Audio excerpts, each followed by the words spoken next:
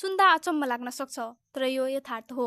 जैविक दृष्टिले विश्वमा दुर्लभ मान्ने एक चमत्कारी घटना सुनसरीमा घटेको छ, जहाँ एक गाईको 6 दिनको बाछीले दुध दिन थालेको छ। कुनै पनि प्राणीले जन्मेको 1 हप्ताभित्रै दुध दिएको सुन्नुभएको छैन भने अब सम्भवतः पहिलो पटक तपाईँले सुन्नुभएको हुन सक्छ। यो अनौठो घटना सुनसरी जिल्लाको बराक्षेत्र नगरपालिका 11 मधुवनमा घटेको हो। स्थानीय कृषक हिरालाल मेहताको गाईले जन्माएको उक्त बाछीले जन्मेको छैठौँ दिनमै स्तनबाट दुध आउन थालेपछि गाउँभर सनसनी फैलिएको हो। सुरुमा परिवार आफै अचम्ममा पर्यो, पछि यो समाचारले देश विदेशसम्म ध्यान तान्न थाल्यो। अहिले मधुवनमा दैनिक 1000 भन्दा बढी दर्शनार्थीहरू पुग्ने गरेका छन्। कोही पूजाको लागि, कोही जिज्ञासावश हेर्नको लागि, त कोही वैज्ञानिक कारण जान्न खोज्दै त्यहाँ पुग्ने गरेका छन्। भारतका विभिन्न सहरहरूबाट समेत मानिसहरू आउन थालेपछि गाउँको वातावरण मेला जस्तो देखिन थालेको छ।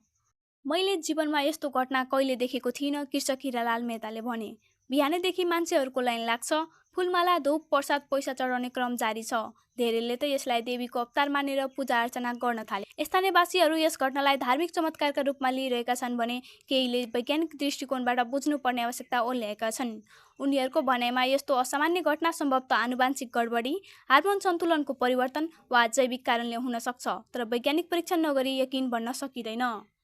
पशु चिकित्सकहरू भने हाल अन्यलमा छन्। उनीहरूका अनुसार बाछी र आमा गाई दुवैको स्वास्थ्य सामान्य देखिएको छ। हामीले यस्ता घटना पहिला देखेका छैनौँ। अनुमान गर्न सकिन्छ, तर अनुसन्धान बिना निष्कर्षमा पुग्न सकिँदैन, एक वरिष्ठ पशु विज्ञले जानकारी दिए। यो अनौठो घटनापछि बराक्षेत्रको मधुवन चर्चाको केन्द्र बनेको छ। धार्मिक आस्था, सामाजिक उत्सुकता र वैज्ञानिक अनुसन्धानको त्रिवेणी बनेको यो घटना अब पशु विज्ञानको लागि पनि गम्भीर अध्ययनको विषय बनेको छ।